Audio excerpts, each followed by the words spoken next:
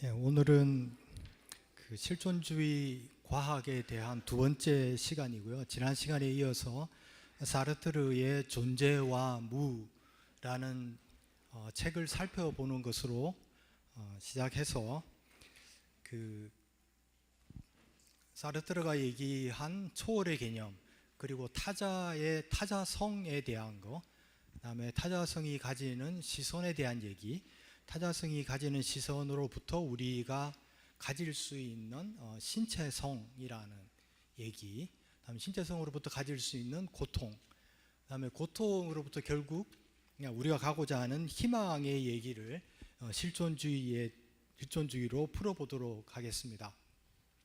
지난 시간에 그 사르트르의 실존주의의 가장 큰 특징은 무에 있다라고 제가 말씀을 드렸는데요. 그 실존주의는 어떻게 하면 실제로 존재할 수 있느냐라는 얘기인데, 실제로 존재할 수 있으려면 무라는 개념을 이해를 해야 된다, 이렇게 말씀을 드렸고요. 여전히 이번 시간에도 그 무에 대한 얘기는 계속해서 가져가도록 하겠습니다.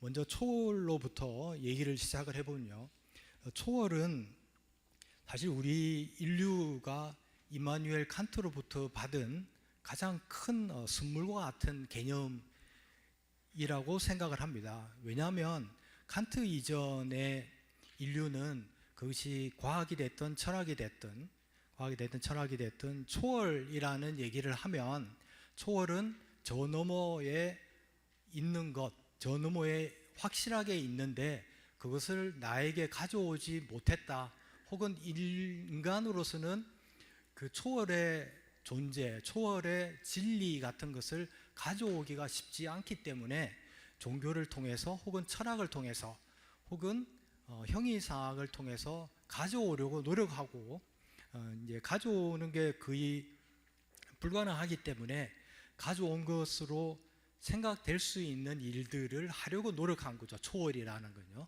그런데 칸트는 초월을 완전히 바꿔버리죠.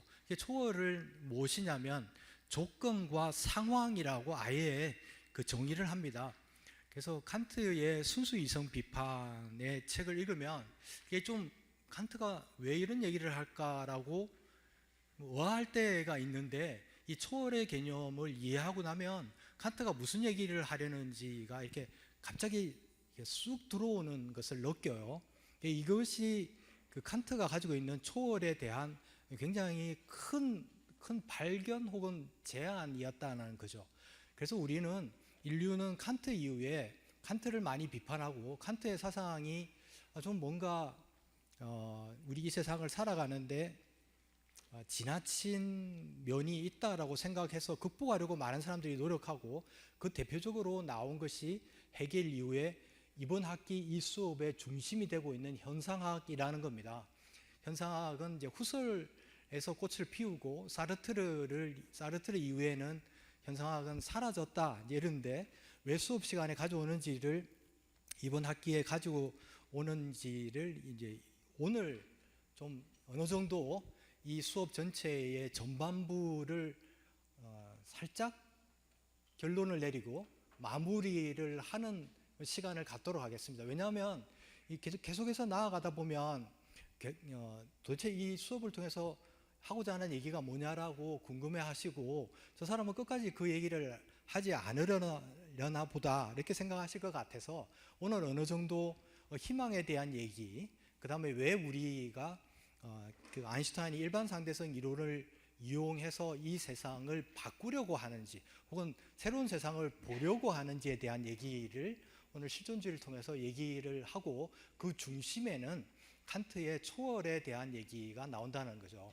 초월은 어떻게 이해하시면 되냐면, 다시 강조드리지만 우리가 조건과 상황을 가지면 초월할 수 있다는 거죠. 우리가 누구한테 배워서 아는 게 아니라 내가 그 조건을 발견하면 가질 수 있다는 거죠. 심지어 이렇게 한번 생각을 해보시죠. 영화 얘기를 여러분 안 보셨을 수 있어서 좀 걱정되기는 하는데요, 워낙 유명한 영화고 혹시 나중에 보실 때 더 재미있게 보실 수 있다고 생각이 돼서, 그 2014년에 크리스토퍼 놀란 감독이 이 얘기는 제가 했죠, 그죠? 예, 프로듀스를 했죠. 감독은 하지 않고 프로듀스를 한 그 초월이라는 트랜센던스라는 영화가 있습니다. 트랜센던스에서 그러한 상황이 일어날 수 있었던, 그러니까 초월이라는 것이 발생할 수 있었던 조건이 뭐냐면 나노 테크놀로지입니다. 나노 테크놀로지가 조건과 상황으로 가능하게 된 과학이 있었기 때문에 그 초월이 일어난 것이죠. 그 다음에 그보다는 그 한 해 전인데요. 2013년도에 영화인 Her라는 영화, 그녀라는 영화가 있는데요. 여기는 그 스칼렛 요한슨이 목소리 오퍼레이팅 시스템의 목소리로 출연하는데, 이런 어떤 초월이 일어날 수 있었던 배경에는 디지털 기술과 인공지능이라는 조건이 충족되었기 때문에 초월이 일어난 것이라는 거죠.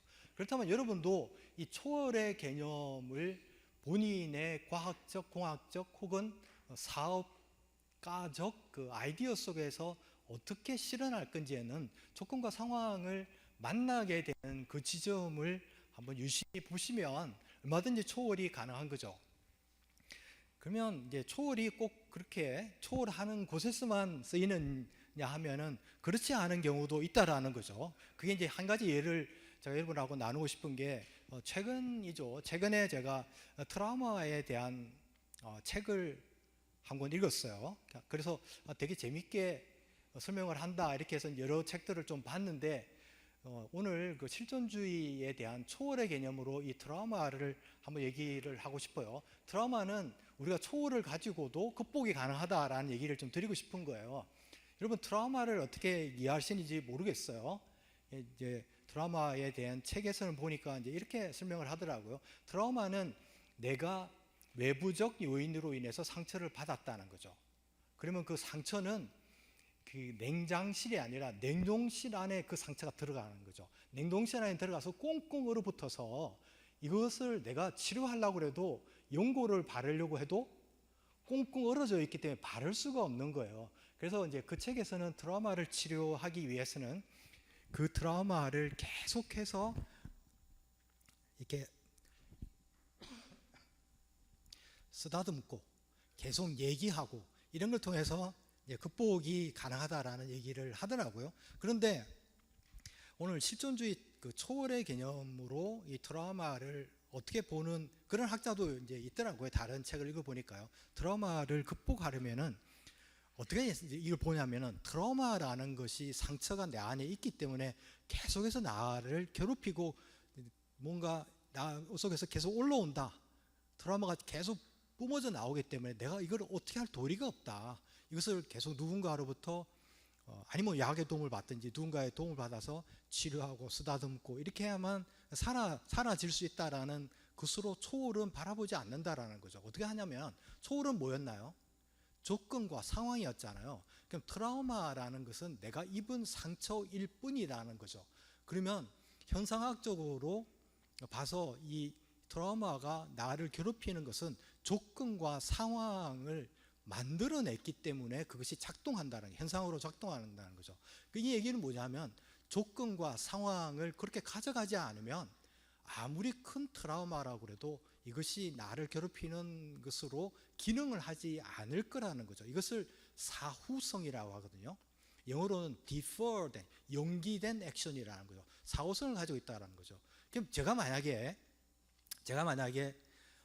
누군가한테 폭행을 당했다고 생각해 봐요. 저 실질적인 개인적인 경험입니다. 부끄럽다기는 뭐죠? 제가 누구한테 맞은 게 부끄러운 것은 아니죠, 그죠? 굉장히 교수가 된 다음에 일어난 실제 일입니다. 근데 그게 나를 굉장히 많이 괴롭히는 거예요. 동료 교수로부터 당한 폭행, 예를 들면요. 근데 만약에 그게 있으면 나를 너무 괴롭히고, 이걸 내가 치료할 수 있는 길이 없을까? 이제 고민을 많이 오랫동안 했어요. 그런데 이제 제가 이게 그 실존주의적 초월로 한번 보면은 내가 나를 괴롭힐 수도 있겠다. 혹은 그 트라우마가 내 자신 속에서 일어나는 조건과 상황이 그렇게 만드는 거죠. 그러면 조건과 상황을 애써 굳이 나한테 오지도 않는 조건과 상황을 그것을 생각을 해서 그 트라우마가 나로 하여금 작동하게 하는 것이라는 생각을 하면서부터 어느 정도는 극복을 하게 되는 계기가 됐거든요. 그래서 만약에 이 얘기를 드리는 이유는 뭐냐면, 우리가 더 나은 사람이 되기 위해서 이 초월의 개념을 쓰기도 하지만은, 나를 괴롭히는 과거에 있었던 것도 사후성이라는 개념, 초월의 개념을 쓰면은 그 조건과 상황이 그렇게 가지 않도록 하는 것은 우리가 통제할 수 있다라는 거죠. 만약에 어떤 그 트라우마를 굉장히 깊은 냉동된, 딱딱하게 냉동된 상처로 보면 내가 통제하기가 힘들잖아요. 뭔가 남의 도움을 받아야 되고, 남이라는 것은 내가 통제할 수 없는 존재죠. 그렇다면 내가 통제할 수 있는 것은 초월해서 가질 수 있는 조건과 상황이기 때문에 그것을 움켜쥐고 그것에 대해서 놓지 않으면 초월도 가능하고 과거의 트라우마도 극복하는 데 도움이 될 수 있겠다라는 얘기를 하는 거죠.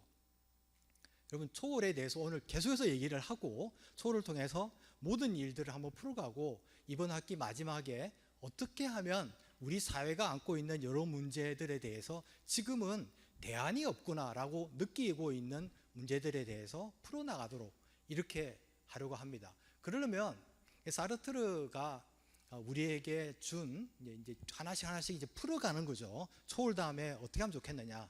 그래서 두 가지 이제 새로운 개념을 얘기를 하는데요. 즉자와 대자. 이거는 많이 들어보셨을 것 같아요. 그런데 사르트르의 책을 읽으면 이 즉자와 대자가 나오는데, 이것을 너무 이건 뭐 또 새롭게 알아야 되는 그 단어인가 보다 이렇게 생각하지 마시고 앞에 있는 즉자라는 것은 뭐냐면 원래 거기 있는 거예요. 만약에 여러분을 즉자로 보세요, 혹은 대자로 보세요, 제가 물어보잖아요.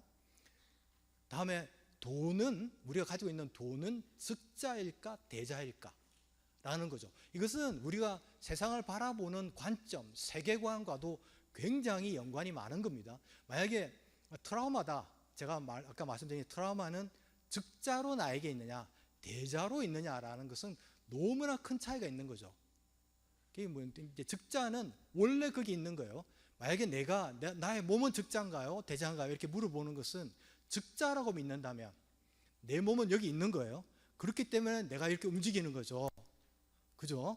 그런데 대자로 보면은 내가 움직여야 될 어떤 동기를 가지고 있는 거죠. 동기를 가지고 있을 때 몸이 갑자기 합쳐져 가지고 그쪽으로 움직인다는 거예요. 그러니까 움직이는 현상이 일어나니까 뭐가 나타나죠? 존재가 부각되는 걸 우리는 현상학으로 이해하자라고 지난주에 얘기를 했잖아요. 그럼 이제 돈으로 넘어가 보죠. 근데 돈이 즉자라고 보는 것은 돈은 원래 있는 거예요. 누군가가 발행했고 누군가는 그것을 가치로운 것으로 보고 은행에 있는 거죠. 그럼 내가 돈을 써야 될 때가 됐단 말이죠. 그러면 돈을 즉자로 보면 어떻게 돈을 써야 되죠? 은행에 있는 돈을 찾아서 돈을 쓰는 거죠. 이게 지금의 우리 세상의 질서입니다. 그런데 돈을 대자로 보는 것은, 사실 이 개념은 한번 곱씹어 보셨으면 좋겠어요, 여러분. 이 학기 전체를 통해서 꼭 돈이 아니더라도 경제, 정치, 과학, 이 모든 거에서 이 대자의 개념은 계속해서 쓰이는 거죠. 돈을 대자로 본다는 건 뭐냐면 내가 소중한 게 있어요. 그런데 상대방에 누군가가 소중한 게 있는 거예요. 그런데 내가 가진 것은 좀 충분하고 저분이 가진 것도 충분한 거예요. 바꾸고 싶잖아요. 그럼 뭐가 생기죠? 바꾸고 싶은 희망이 생기는 거잖아요. 바꾸고 싶은 욕망이 생기는 거죠. 그럼 현상이 일어나는 거죠. 그죠? 그러면 뭐가 필요하죠? 지금 사회에서는 돈이 필요하잖아요. 그럼 돈을 즉자로 보면, 사르트르가 보기에 즉자로 보면 돈을 은행에 찾아서 그것을 사야 되죠. 저분이 가지고 있는 거 사는데, 대자로 보면 어떻게 되냐면, 대자로 보면 그 필요하니까 돈이 여기 계신 분과 나 사이에서 돈이 쓱 나타나는 거예요. 현상학적으로 나타나는 거죠. 이런 세상이 지금 있나요? 없잖아요. 그런데 여러분과 같은 디지털 세대라고 하죠. 1989년도 이후에 태어난 사람을 디지털 세대라고 하거든요. 이것은 저희 수업의 3부 정도에 되면 디지털을 얘기를 하면서 다시 얘기를 하겠지만, 소련이 붕괴하고 구소련이 붕괴를 하고 베를린 장벽이 붕괴를 하고 이데올로기가 실질적으로 무너졌다고 믿는 이데올로기가 무너지지 않았다고 믿는 사람도 있지만 그 현실 사회의 이데올로기가 무너졌다고 믿는 1989년도 이후에 태어난 세대를 디지털 세대라고 보는데, 그때 WWW가 영국의 옥스퍼드 대학에서 시작이 됐다고 해서, 우연히 시작됐다고 그래서 디지털 세대라고 하거든요. 그럼 여러분 같은 디지털 세대는 어떤 희망이 있느냐? 제가 보기에는요, 제가 보기에냐면 내가 가진 가치와 여러분이 가진 가치가 있다는 거예요. 그럼 바꾸고 싶을 때 뭐가 되나요? 그 사이에 돈이 쓱 생길 수 있다라는 거예요. 근데 만약에 우리나라가 지금 에너지가 필요하잖아요. 기름이 필요하죠. 그러면 이란에서 석유를 사고 싶어요. 그럼 이란은 한국에서 반도체를 사고 싶다고 한번 생각을 해보세요. 그러면 두 사람의 관계가 형성이 되고 두 사람이 필요한 것이 형성이 된 거죠. 현상이 일어났잖아요. 그러면 우리가 이 거래가 일어나려면 어떻게 해야 되나요? 우리가 가진 달러를 어딘가에서 찾아와야 되겠죠. 이란이 가진 돈을 어디 은행에서 찾아와서 그것을 거래하잖아요. 그럼 그 돈은 누가 가지고 있나요? 미국 혹은 중국이 가지고 있잖아요. 이 세상에 헤게모니를 진 중앙 집권적인 힘을 가진 정부 혹은 은행이 그것을 돈을 가지고 있는 거죠. 적자죠. 돈이 적자인 거예요. 어딘가에 있는 거죠. 그래서 그것을 우리가 찾아와서 그 거래를 해야 되는데, 이러려니까 소위 얘기하는 권력을 가진 사람, 힘을 가진 사람, 적자로 대변될 수 있는 사람한테 우리는 질서를 맡기는 거죠. 그런데 여러분이 만약에 그 사이에 DNA 화폐 같은 걸 생각해보세요. 이 세상에는 DNA 화폐라는 건 없죠. 우리가 가진 DNA와 이란이 가진 DNA가 있다고 한번 생각해 보세요. 그러면 그 DNA가 중첩이 되는, 양자역학처럼 중첩이 되는 원리를 이용해서 돈이 쓱 생기는 거죠. 그래서 돈은 도구니까 내가 가진 반도체와 우리가 가진 반도체와 저들이 가진 오일을 그냥 교환하면 되는 거잖아요. 우리가 굳이 위안화와 달러를 쓸 이유가 없는 거잖아요. 이 세상의 가치를 현상학적으로 보는 거죠. 우리가 생각하면 현상도 일어나고 돈도 생기고 모든 게 생기는 세상을 여러분이 디자인할 수 있다는 거죠. 그렇게 되면 우리가 굳이 그들에게 힘을 맡길 필요도 없고 그들도 그들의 힘을 발휘할 수 없는 세상이 올 수도 있겠다라고 믿어요. 그런 세상이 오겠어요 라고 믿는다면 여러분은 뭐로 믿는 거냐면 적자로 믿는 겁니다. 만약에 여러분을 대자로 보고 현상학적으로 본다면 우리가 있는 게 아니라 내가 마음이 생기고 나의 과학이 떠오르면 그것이 존재가 되는 거죠. 이것을 한번 이번 시간에 대고 우리 사회가 가진 문제도 그러하리라라고 생각하는 거죠. 제가 지난 시간에 그런 얘기 했잖아요. 여러분이 지금 타이핑을 하고 있으면 타이핑하는 사람이 되는 거죠. 물을 마시면요, 물을 마시는 사람이 되는 거죠. 그죠? 그렇잖아요. 그럼 물을 마신 다음에도 계속 물을 마시는 사람으로 남나요? 아니잖아요. 그러니까 우리를 너무 적자적으로 보는 거죠. 본질적으로 그런 것이 있다라고 믿는 거죠. 만약에 이거는 제가 꼭 기독교를 얘기하는 건 아닙니다. 불교적 신일 수도 있고 힌두교적인 신일 수도 있고 이슬람일 수도 있는 거예요. 근데 내가 만약에 신이라는 존재를 믿는데 신은 원래 있고 저 높은 곳에 절대적으로 존재한다라고 믿을 수도 있죠. 그죠? 불교적으로도 믿을 수 있고 기독교적으로 믿을 수 있는데, 그런데 내가 어떤 상황과 어려움과 기쁨과 이럴 때 신이여, 부처님, 관세음보살 이렇게 외치지 않나요? 우리가 되게 그렇다는 건 뭐냐면 내가 그 순간에 신의 존재가 현상으로 떠오르는 거죠. 이렇게 믿는 것은 기독교를 믿고 불교를 믿고 이슬람을 믿는 게 아닌가요?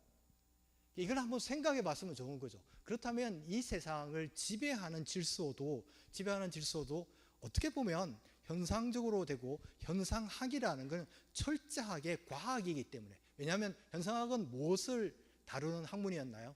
의식을 다루는 학문이라고 그랬잖아요. 현상학은. 그리고 의식은 대상과 주체와 객체를 다루는 학문이고, 이 대상과 주체와 객체가 결핍을 통해서 언어를 탄생시키고 언어의 세상 속에서 살다가 언어에서 말문을 막히면 다시 이 의식의 세계로 내려오는 철저한 과학적 관찰과 경험 속에서 살기 때문에 즉자적 개념으로, 즉 우리가 이 몸뿐만 아니라 모든 것을 현상학적인 과학으로 새롭게 디자인하는 세상을 내가 만들어내겠다라는 어떤 욕망을 여러분이 가진다면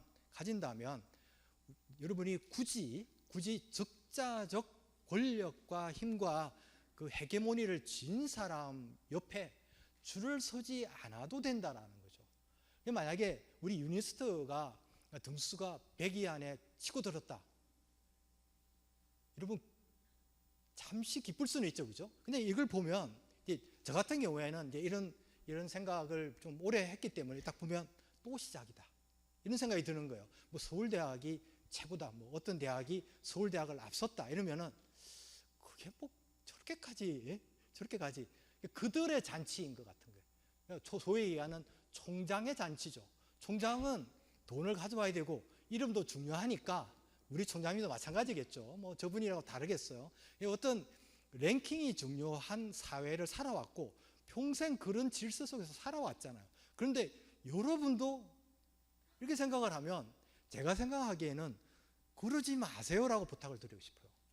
여러분이 설계한 대로, 현상학적으로 설계한 대로, 과학으로 설계하신 대로 그렇게 세상이 바뀔 수도 있는데 왜 굳이 그렇게 사는지에 대한 생각을 한 번쯤 가져주셨으면 하는 생각을 듭니다.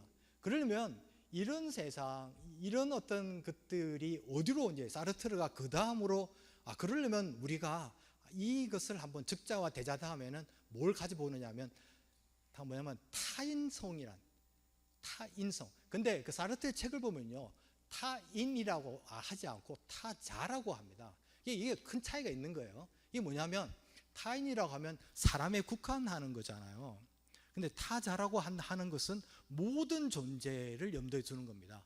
동물, 식물, 광물, 심지어 개념, 언어, 이 모든 것을 타자로 보는 거죠. 이 타자성이라는 것을 둡니다. 타자성은 구조를 가지고 기능을 한다. 이렇게 한번 잠시 이해를 해 주시면 좋겠어요. 그리고 타자는 나에게 타자는 어떻게 되느냐? 즉자가 아니죠. 철저하게 대자입니다. 상황과 조건이 있을 때 이 타자가 드러난다는 거죠. 여러분 만약에 이렇게 생각해 보세요. 저한테 여러분은 타자시잖아요, 그죠? 그런데 여러분이 저한테 이렇게 눈빛을 주고 관심을 주고 고개를 끄덕이면 그때 여러분이 떠오를 수 있잖아요. 근데 그냥 끝까지 관심이 없게 하면은 타자가 아닐 수 있다라는 거죠. 그래서 타자는 기능을 하는 구조를 가진 이런 거다. 이렇게 한번 이해를 일단 하고요. 넘어가 보죠. 타자가 여러분이 어떻게 이해를 하실지 모르지만요. 그러면 타자는 가장 큰 특징이 어떻게 되느냐? 시선을 가지고 있다라는 겁니다. 시선을요. 타자가 시선을 가진다는 얘기는 사르트르의 전체 그 존재와 무라는 책, 실존주의 철학을 이해하는데 핵심적인 겁니다. 그리고 오늘 강의 이 수업에 있어서도 타자의 시선이라는 것은 매우 중요하게 이것만이라도 제가 여러분한테 부탁을 드리면 타자의 시선이 뭘까? 한번 곱씹어 보시면 좋겠어요. 곱씹어 볼 게 너무 많아서 짜증내실 수도 있지만 타자의 시선은 굉장히 중요하죠. 제가 이제 주로 새벽에 일어나서 강의 준비를 합니다. 물론 강의 준비를 며칠 하다가 오늘 말씀드릴 이제 정리를 하는 것은 새벽에 일어나서 주로 하거든요. 그래서 제가 그때 저는 아침형 인간이 아니라 아침만 인간이다 이런 말씀을 드렸잖아요. 이게 좀 맞는 것 같기도 해요. 그럼 만약에 이제 새벽에 이제 제 이제 책상 앞에 이제 앉는 거예요. 저 혼자 앉았잖아요, 방에서, 그죠? 근데 누가 함께 하나요? 여러분이 함께 하고 있는 거예요. 여러분의 시선이 느껴지는 겁니다. 제가 제 방에서 강의 준비를 하는 그 시간에 저 혼자 있지만, 물리적으로는 저 혼자 있지만 여러분의 시선이 느끼니까 200명의 여러분의 시선을 받고 하는 거죠. 제가 만약에 여러분이 내일 세미나나 큰 학회에서 발표를 연습한다고 생각해 보세요. 그럼 긴장이 되잖아요. 혼자 발표를 하는데 왜 긴장이 되죠? 누군가의 시선이 느껴지잖아요. 이것 때문에 여러분은 긴장이 되기도 하고 불안해지기도 하고 초조하기도 하고 이런 거죠. 여러분이 만약에 부끄러운 일을 만약에 했다. 제가 어떤 부끄러운 일을 혼자 있을 때 했다. 만약에요. 했다면 그 부끄러움을 느끼는 것은 타자의 시선이 나를 보고 있다라고 내가 느끼기 때문에 그런 거죠. 다시 이제 제가 오늘 아침으로 돌아가 보면요. 아침에 이제 그 강의를 하다가 약간 피곤하기도 하고 힘들기도 하고 그죠? 여러분은 그냥 강의를 평생 했으니까 잘하겠지 하지만 엄청나게 긴장되고 저는 저 문을 들어오는 순간 마치 도살장에 끌려간다라는 느낌을 매번 받거든요. 그 정도일까 생각하지만 실제로 그런 마음이 듭니다. 그 정도로 긴장되기도 하죠. 그런데 그럴 때 또 누군가는 따뜻하게 나를 응원하듯이 바라보는 시선도 느껴지잖아요. 돌아가신 저희 어머니 시선도 제가 느끼거든요. 그렇다면 저 혼자 있는 것이 아니라고 느끼는 거죠. 이것은 시선은 나에게 불안감과 스트레스와 이 모든 걸 주기도 하지만 따뜻함도 주죠. 제가 만약에 이제 바깥에 나가서 다른 일을 하고 다른 토론을 할 때 여러분의 지금 이 받았던 시선이 느껴진다면 큰 힘이 돼서 또 그분한테 그런 얘기를 할 수도 있잖아요. 여러분 시선이 있기 때문에 그런 거죠. 그러면 만약에 여러분이 타자의 시선을 느낄 때 느낄 수 있는 대표적인 단어 몇 가지가 있죠. 따뜻함, 응원, 혹은 뭐가 있죠? 경계, 수치심, 뭐 이런 것들 느끼죠. 근데 수치심이라는 단어에 한번 얘기를 조금 더 이제 그 부연해 보도록 하려고 하는데요. 여러분이 혼자 있음에도 불구하고 수치심, 즉 부끄러움을 느끼는 것은 타자의 시선이 있는 거죠. 타자의 시선이요. 그런데 여러분이 만약에 타자의 시선으로 하여 인해서 부끄러움을 느낀다면 여러분은 아직 여러분의 영혼이나 정신은 사르트르가 얘기하기에 말랑말랑한 거죠. 아직까지는 우리 윤리를 도덕으로 오해하지 않으셨으면 좋겠어요. 우리 수업에서 윤리는 뭐죠? 이 왼쪽의 영역과 오른쪽의 영역이 이렇게 순환하는 그 혈이 막히지 않은 거죠. 그 다음에 때로는 접히는 거죠. 접혀가지고 순간적으로 통하는 그런 것들이 존재한다라는 거죠. 말문이 트이고 말문이 막힘으로써 새로운 깨달음을 계속 가져가는 그 사이클, 그 서킷을 우리는 윤리라고 했잖아요. 윤리적으로 아직 괜찮다라는 걸 느끼는 거죠. 근데 지금 보세요. 다른 나라를 침공하고 이런 사람들, 권력을 가진 자, 혹은 엄청난 부자, 뭐 부자라고 다 나쁜 사람은 아니죠, 그죠? 이면서 만약에 타인의 시선 자체를 비웃는 사람이 있다라고 한번 생각해 보세요. 그러면 이 많은 사람, 지난 시간에도 그런 얘기를 했죠. 밥 딜런의 노래를 얘기하면서 많은 사람이 그렇게 죽어나가서 사람들이 호소하듯이 그것을 얘기를 하는데도 불구하고 그냥 나의 질서와 이것은 명분이 있는 싸움이고 내가 가진 이 권한 내에서 법적인 권한 내에서 문제를 오히려 풀어나간다고 끊임없이 믿는 사람들이라면 타인의 시선은 엄청나게 차단이 되어버리는 거죠. 윤리적으로 혈이 막혀 있는 거죠. 이 사람한테 수치심이라는 게 존재할까요?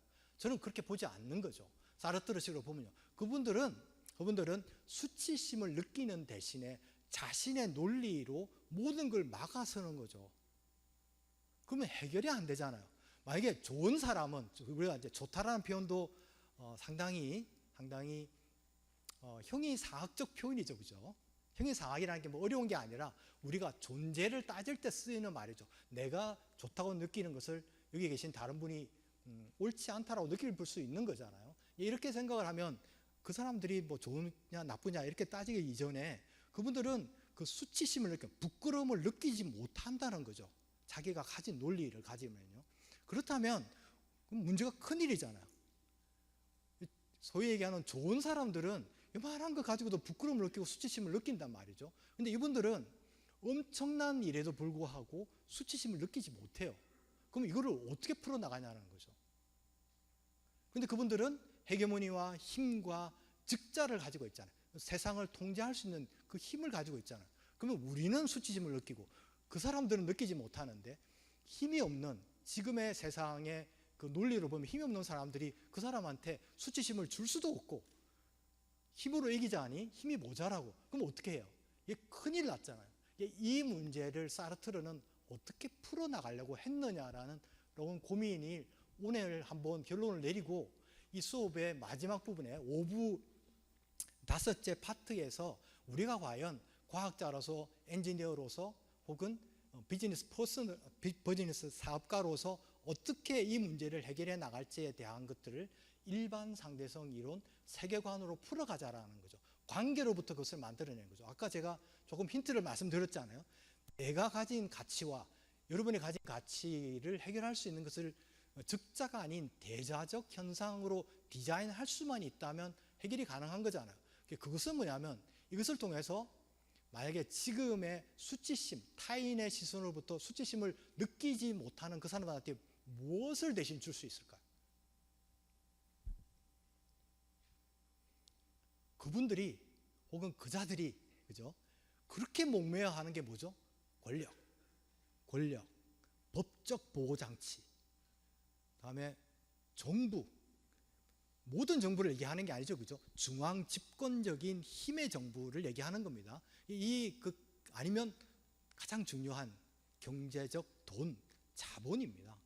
그러면 이것에 대해서 무색하게 만들어서 이것에 대해서 즉 자기들이 뭔가 이제 여러분이 디자인한 세상이 작동을 하고 있다고 한번 생각해 보세요. 그러면 필요한 것에 있으면 어떻게 하나요? 여러분이 스페인에 가서 카페에 가서 커피를 한 잔 마시고 싶어요. 그럼 커피를 마시고 싶은데 지금은 유로를 찾아서 지불하잖아요. 스페인에서는요. 그런데 여러분이 설계한 그 세상의 마드리드 카페에서는 그분들이 어떻게 얘기하냐면 나는 유로를 받는 대신에 나는 BTS를 너무 좋아하는데 여러분의 나라에서 온 BTS가 오지 않을 거니까 BTS가 있는 나라에서 온 한국인의 목소리로 그 노래를 한번 듣고 싶다. 그러면 여러분은 그 노래를 하면 그 커피를 마실 수 있는데 그래도 뭔가 필요하잖아요. 그죠? 글의 기록이 필요하다든지. 물론 그냥 노래 부르고 커피 한 잔 마실 수는 있는데 이것을 상징이 통하는 세상이 되면 그 가치가 교환된 그 순간이 다른 사람하고 공유되기 위해서 돈이라는 게 만약에 필요하다면 여러분이 설계한 독특한 여러분의 돈이 사용되는 순간을 만들어낼 수 있는 거죠. 그러면 이것을 본 권력자들은 헤게모니를 진 자, 빅브라더, 빅텍 이런 사람들은 내가 가진 돈이 아닌 돈을 쓰는 일이 벌어지고 있네 라고 느낄 거잖아요. 지금 같으면 어떠냐면은 그런 돈을 쓰면 그 돈도 나의 세상에서 나의 세계에서 쓰는 돈이기 때문에 세금 내 그럴 거예요. 관세 내 이럴 거란 말이죠. 그런데 여러분이 그것마저도 무색하게 하는 세상을 디자인할 수만 있다면 현상학적인 과학으로 대자적 경제 교환으로 설계하는 비즈니스 모델을 만들어낼 수만 있다면 이것은 세상 자체가 혼란이 잠시 오겠죠. 엄청난 혼돈이 오겠죠. 그죠? 하지만 태초에 말씀이 있었잖아요. 그 다음에 태초에는 빅뱅 이전에는 점만 있었잖아요. 어둠만 있었잖아요. 무가 있었죠. 불교적으로 얘기하면요. 이 세상에서 뭔가 필요가 생기면 양과 음이 생기고 양과 음이 그 현상을 만들어가는 그런 세상으로 디자인할 수만 있다면 돈을 아무리 많이 가져도 쓸 데가 없는 거잖아요. 그러면 수치심 대신에 무엇을 느낄까요? 그 사람들은요. 굴욕을 느낍니다. 우리가 그 사람들한테 굴욕을 줄 수 있는 세상을 디자인하지 않는 방법으로 이 지금의 전쟁, 바이러스, 질병이 창궐하고 있는 이런 세상에서 자본주의, 사회주의로 싸우는 이데올로기의 지옥 속에서 해결할 수 있는 길이 있느냐? 저는 개인적으로 거의 불가능하다고 봅니다. 여러분한테 이런 세상을 물려줘서 기성세대의 한 사람으로서 너무 죄송하지만 그래도 우리는 옛날에 어떤 엄청나게 무능했던 무력감을 느꼈잖아요. 독재자가 너무 강하면 무력감을 느끼면 내가 할 수 있는 게 아무것도 없는 것 같아요. 이 무력감이 있는 데서 어디까지 좀 누군가는 갑자기 올라가긴 힘드니까 중간 단계까지는 끄집어 올리는 소위 얘기하는 운동이라고 하죠. 혁명이라고 하죠. 그죠? 이것은 해서 어느 세대로 올리냐면 불가능한 것까지는 끌어올렸다고 봐요. 우리 세대가요. 여러분이 우리 세대를 이해해 주신다면, 그 조건을 한다면 무력한 세상에서 불가능한 세상에 끄집어 올린 거죠. 불가능은 또 어떻게 극복해요? 우리는 이제 초월이라는 게 있다라는 거죠. 불가능은 거인의 어깨를 탄 조건과 상황으로 되면 훌쩍 뛰어넘을 수 있는 거죠. 그것을 이때 많은 사람들이 초월이라는 개념을 가지고 그것을 디자인해 달라고 여러분한테 부탁을 하는 겁니다. 그래서 초월도 있고 허라는 세상과 디지털 세상이 있고 양자 컴퓨터 시대가 오면 조건과 상황이 여러분한테 쫙 깔리게 되면 그 조건과 상황을 우리가 만든 불가능한 세대, 그러니까 무력감이 아니고요, 불가능한 세상을 뛰어넘어 주시기를 기대하는 겁니다. 이게 사르트르가 오랜 세상 속에서 우리한테 던지는 메시지죠. 실존주의를 통해서 타자의 시선에 집중하는 대부분의 대중들이 타자의 시선을 비웃는 사람을 극복하기 위해서 어떻게 해야 되는가를 결론을 맺지 못했는데, 사르트르 같은 경우에는요, 지금은 그 결론을 맺을 수 있는 도구가 생겼다는 거죠. 그것을 여러분이 활용해 주시기를 기대하는 겁니다. 그러면 사르트르가 왜 노벨상을 거부했는지 이해가 되세요? 그리고 노벨 문학상을 거부하고 원고만 보내죠. 그 원고의 핵심이 뭐냐면, 이 세상에는 살아있는 사람이 신격화되는 것은 있을 수 없다라는 말을 남깁니다. 이건 뭘까요? 사르트르 오늘 우리가 다룬, 저의 물론 개인적인 생각이지만 뭐죠? 즉자가 되면 안 된다는 얘기를 하는 거죠. 즉자가 되는 순간 내가 그렇게 엄청나게 구토라는 책을 통해서, 여러 가지 책, 그죠? 어떤 그 사르트르가 쓴 책을 통해서 얘기했던 것은 나의 생각과 나의 행동이 같지 않음을 스스로 인정하게 되는 거잖아요. 내가 즉자가 아닌 거죠. 노벨상을 받는 순간 나는 즉자가 될 가능성이 엄청나게 높아지는 거죠. 그러면 어떻게 해요? 대자로 남고 싶다라는 거죠. 노벨상을 받았으면 그 자체가 현상으로서 나에게 중요한 것이지, 노벨상을 받는 순간, 그것을 진짜로 받는 순간 나는 즉자가 되어버린다는 거죠. 이게 사르트르가 얘기했던 거죠. 그러면 밥 딜런은 사르트르의, 저는 제가 생각하기에 사르트르의 수제자잖아요, 그죠? 근데 노벨상을 왜 받았을까요? 노벨상을 거부하는 순간 사르트르 즉 즉자가 되잖아요. 여러분 그렇게 이해 안 되세요? 이번에 또 그 오스카상을 받은 그 숀펜은 그죠? 자기가 예상을 했음에도 불구하고 우크라이나에 가 있었죠. 상을 받지 않죠. 그죠? 나무 조연상, One Battle After Another에서 상을 받는데 그 의미는 뭘까요? 상을 받는 순간에 이 전쟁에 반대하는 나의 얘기가 적자적 존재인 진리로 되어버릴 수도 있는 거죠. 그것을 경계하고 사람들로 하여금 여전히 저쪽에는 고통받는 사람들이 있다라는 것을 알리기 위해서 그 상을 받는 정확한 시간에 우크라이나에 있었잖아요. 이런 어떤 여러 가지 생각들은 우리가 우리 자신을 대자적 존재로 만들고, 내가 하는 과학이, 내가 하는 공학이 이 세상에 대자적 존재로 끊임없이 가치를 교환하고, 그 가치를 교환하는 그 자체가 권력이 되게 하는 거죠. 그러면 모든 곳에 권력이 있지, 권력이 하나의 축과 하나의 전매만 있는 게 아니잖아요. 이런 대자적 설계를 이 세상에 꾸려나가 주기를 많은 사람들은 미안하지만 영원하지 않잖아요. 생명이 영원하면 뭔가 내가 뭐 어떻게 해볼 것 같지만 이제 힘도 빠지고 이렇게 되니까 아인슈타인이라든지 그런 많은 어떤 양자역 학자들이 자기의 생각을 내어놓고 이 시간이 오랜 지나면 대자적 세상을 꾸려나가는데 아직 실험적으로 증명되지 않은 일반 상대성 이론이 구현되기를, 실험적으로 증명되기를, 지금은 수학적으로만 증명된 거죠. 실험적으로 구현되기를 간절히 바라면서 자기의 논문을 내어놓는 거죠. 사르트르도 마찬가지고요. 모든 사람은 그렇게 후대한테 말을 남기는 거죠. 이론을 남기고 수학적 기호를 남기는 거죠. 그러므로서 이후에는 이것에 대해서 풀어나가 주세요라는 말을 하는 거라고 저는 믿습니다. 그럼 시선, 타인을 이제 여러분은 타인의 시선을, 누구의 타인의 시선을 느끼느냐? 그럼 지금 이 강의실 안에는 몇 명의 타자가 있을까요? 200명요?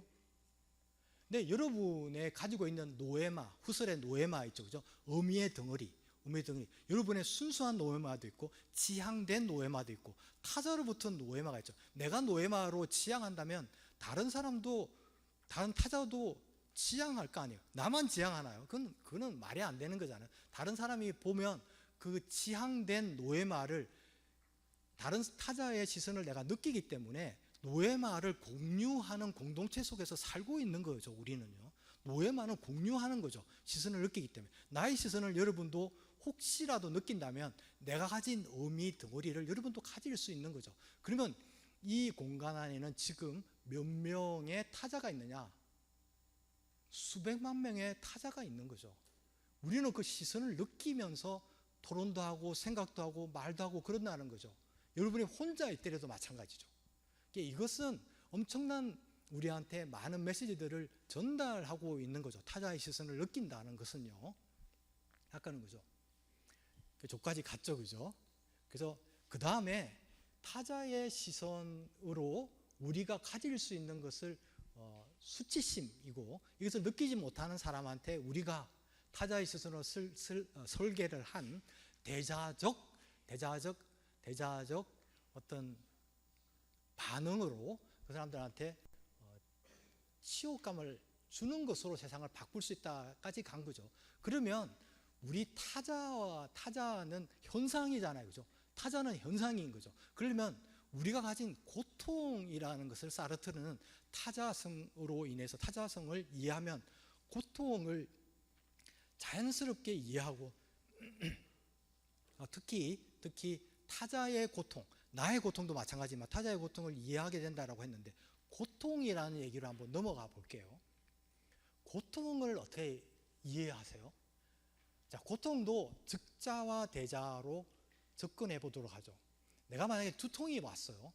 그러면 두통은 어딘가에 있다가 내가 그 두통을 가져와서 아픈가요? 뭔가 나의 몸, 신체라는 건 우연히 이런 조직이 일어난 거잖아요. 언젠가는 나의 몸은 사라지죠. 여러분 몸도 마찬가지죠. 훨씬 저보다는 뒤에 있는 일이지만 이것은 우연한 어떤 조합으로 이 몸이 이루어진 거죠. 형태가 생긴 거잖아요. 이것도 지극히 현상이죠. 우주의 긴 시간을 보면 나의 이 몸과 신체도 우연이라는 거죠. 조금 있다가 이거 팍 사라지잖아. 그 현상과 뭐가 다를 거냐라는 거죠. 그러면 고통도 내가 나의 몸의 구조와 기능과 나의 생각과 의식과 모든 것들이 어우러져 있게 작동을 하다가 여기서 뭔가가 삐끗한 현상이 일어나면 고통이라는 현상도 함께 한다라는 거죠. 고통을 그렇게 봐달라는 거죠. 이것은 왜 중요하냐면 고통도 하늘에서 뚝 떨어졌고 어딘가에 있다가 나타났다고 믿는 순간 고통에 집착하게 된다라는 거죠. 고통에 굴복하게 된다라는 거죠. 만약에 이제 다시 돌아가서 제 어머니도 이제 간암으로 돌아가셨는데 마지막에는 엄청난 고통을 호소하셨거든요. 그러면 만약에 두통이 났을 때 우리가 타이레놀을 먹으면 고통이 사라지잖아요. 그럼 그 고통은 어디로 갔나요? 묘하잖아요. 이것을 현상으로 드러났기 때문에 고통의 존재가 있다라고 이해하지 않으면 고통을 이해하고 고통을 대하고 고통을 우리 자신이 어떤 가져가기가 엄청나게 힘들어요. 이거 자체가 힘들어 버리는 거죠. 근데 반면에 질병이라는 것은 존재가 있는 겁니다. 타자로 봐야 된다는 거죠. 사르트르의 해석입니다. 질병은 생명체와 같은 거죠. 질병은 우리한테 온 거죠.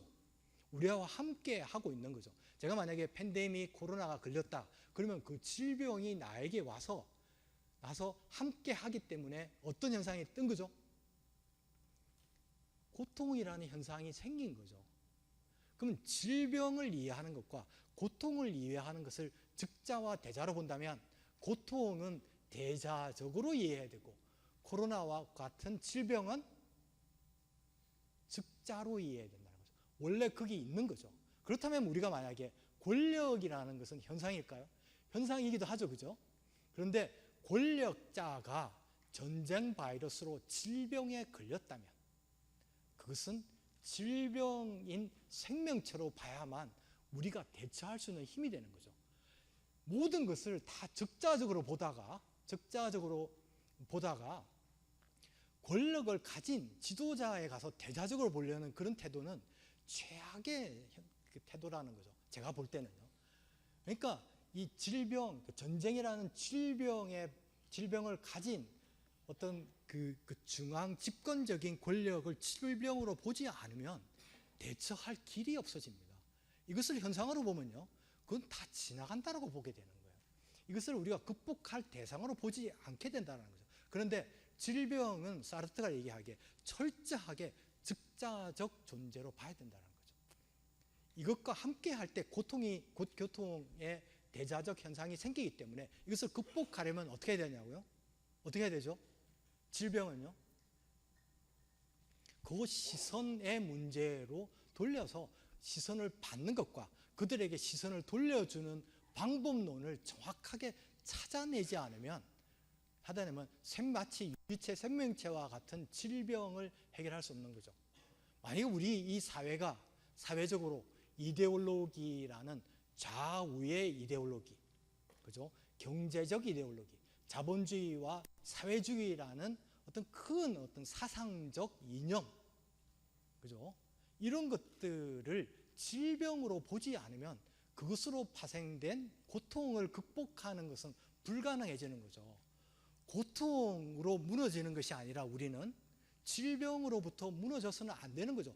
고통으로 무너지면 현상으로 무너지는 거기 때문에 나도 현상이고 나의 몸도 현상이기 때문에 크게 문제될 것이 없는 거죠. 그것은 자연의 승리와도 같은 거죠. 양자역학적으로도 충분히 이해가 가능하다라는 것을 에너지 텐서라는 개념을 통해서 여러분하고 이미 얘기를 나눈 거죠.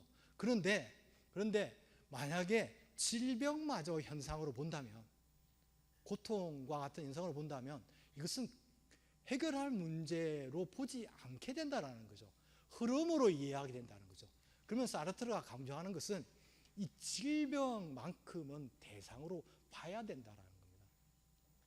그래서 이 질병을 해결하려면 방법론이 있어야 되고, 그 방법론은 우리가 가진 과학과 공학과 비즈니스 모델과 이런 것들부터 나와야 된다는 얘기를 사르트르는 어떻게 보면 제가 생각하기에는, 제가 책을 읽으면서 느낀 건데요, 피를 토하듯 얘기하고 있는 것 같아요. 제가 보기에는요. 자, 그러면 이제 이 사르트르의 실존주의를 쭉 좀 얘기를 했어요. 그러면 희망은 어디에 있나라는 거죠. 희망은 뭐냐면 우리가 가진 모든 욕망을 현상으로 보고, 고통도 현상으로 보고, 타자의 시선도 현상으로 보는 그 시각 속에서 우리가 가지고 있는 고유한 특성을 알아내서 질병으로 우리를 괴롭히는 어떤 존재가, 즉자적 존재가 있다면 이것을 해결할 수 있는 방법을 찾아내는 것이 실존주의의 핵심적인 주장이라고 봐요. 근데 이 실존주의를 잘못 해석하다 보면 이게 무능감에 빠지고, 백날 그렇게 해도 잘 안 되더라라는 거죠. 하지만 이렇게 한번 보세요. 구토라는 책을 여러분 읽어보셨어요? 그 구토라는 책은 우리가 메스꺼움이라고 하잖아요. 메스꺼움을 우리가 느끼면, 우리가 술을 마시고 그냥 토를 한다든지 이 메스꺼움을 느끼면 뭐를 느끼나요? 나의 신체 성인을 느끼죠.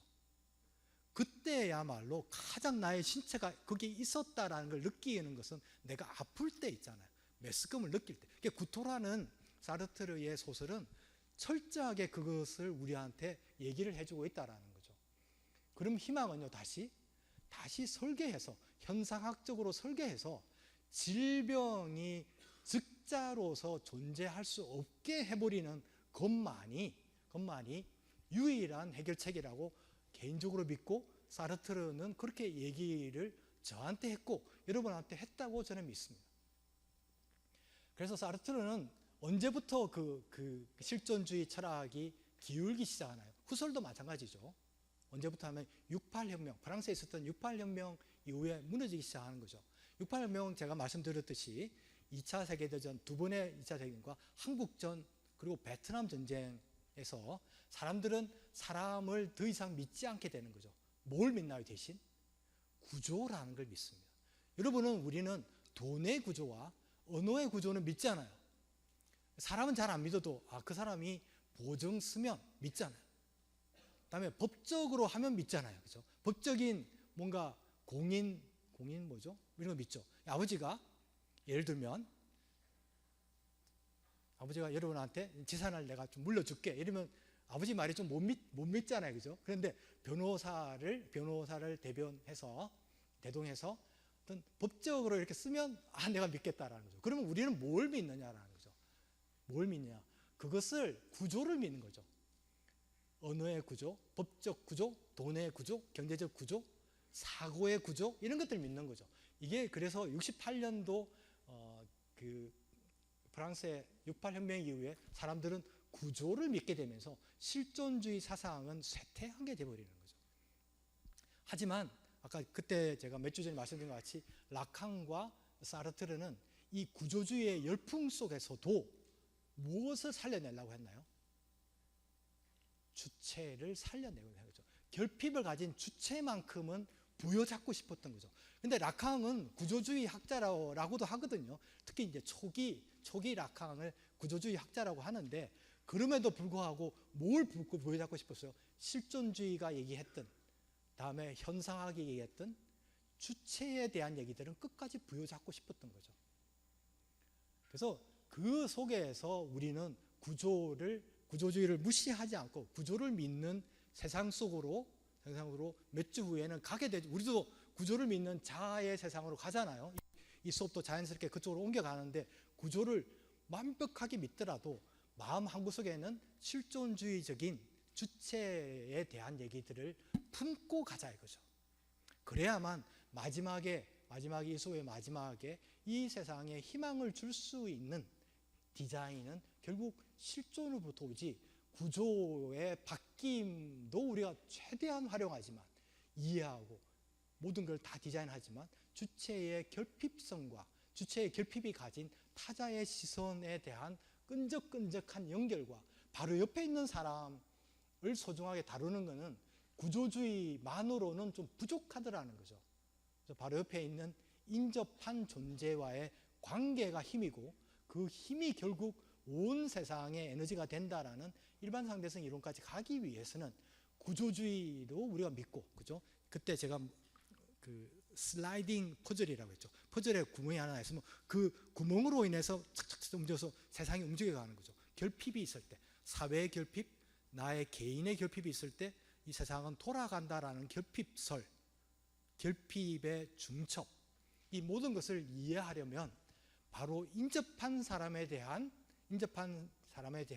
시선도 모르는데, 시선도 무시하는데 큰 세상의 구조를 이해할 수 있을까라고 보는 게 이번 학기의 핵심적인 얘기라고 저는 생각을 합니다.